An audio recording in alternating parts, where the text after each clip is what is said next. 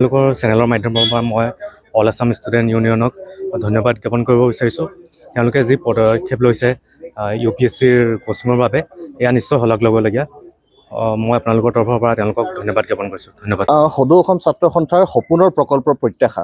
এই প্ৰত্যাশা প্ৰকল্পৰ অধীনত আমি অসমৰ পৰা 26 গৰাকী আৰু উত্তৰ পূবৰ আন 7খন ৰাজ্যৰ পৰা 2 গৰাকীকৈ সৰ্বমুঠ 40 গৰাকী ছাত্ৰ ছাত্ৰীক বিগত বৰ্ষৰ পৰা নতুন দিল্লীত আমি প্ৰশিক্ষণৰ বাবে প্ৰেৰণ কৰিছোঁ, যাতে UPSCৰ পৰীক্ষাত তেওঁলোকে অৱতীৰ্ণ হ'ব পাৰে। অৱতীৰ্ণ হৈ সফলতা অৰ্জনেৰে সৈতে ভাৰতবৰ্ষৰ প্ৰশাসনিক ব্যৱস্থাত আমোলাতান্ত্ৰিক প্ৰক্ৰিয়াটোৰ যি গুৰুত্ব, গোটেই আমোলাবিলাকে এই গোটেই ভাৰতবৰ্ষৰ প্ৰশাসনিক ব্যৱস্থাটো নিয়ন্ত্ৰণ কৰে, তাত যাতে আমাৰ অসম আৰু উত্তৰ পূবৰ প্ৰতিনিধি থাকে তেনেকুৱা এটা পৰিৱেশ আমি সৃষ্টি কৰিব খুজিছোঁ। আৰু সেই লক্ষ্যৰে সৈতে প্ৰত্যাশা প্ৰকল্প আজি সমগ্ৰ ভাৰতবৰ্ষৰ বিভিন্ন প্ৰান্তৰ যিসকল ছাত্ৰ ছাত্ৰীয়ে সফলতা লাভ কৰে, সেইসকলৰ সৈতে অসম আৰু উত্তৰ পূবৰ ছাত্ৰ ছাত্ৰীয়ে যাতে ফেৰ মাৰি আগবাঢ়ি যাব পাৰে, সেই পৰিৱেশটো আমি ৰচনা কৰাৰ লক্ষ্যৰে প্ৰত্যাশা প্ৰকল্প আৰম্ভ কৰিছোঁ।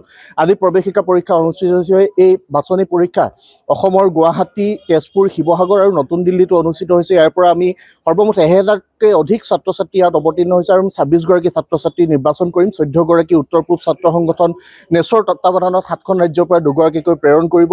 আৰু আমি আশা কৰিম যে এই প্ৰত্যাশা প্ৰকল্পই আহিব লগা দিনত আমাক আকাংক্ষিত ফলাফলটো দিব। আৰু এই প্ৰত্যাশা প্ৰকল্পৰ সকলো ব্যয় আমি তেওঁলোকৰ কোৰ্চ ফিজ সেই নেক্সট IASত সম্পূৰ্ণকৈ প্ৰদান কৰিম। তাৰ লগতে প্ৰত্যেক মাহে 12,000কৈ টকা জলপানী আমি এই 40 গৰাকী ছাত্ৰ ছাত্ৰীক দিম।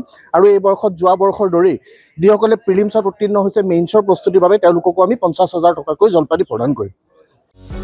যিকোনো খবৰৰ বাবে যোগাযোগ কৰক আমাৰ এই নম্বৰত 9181 307 2221।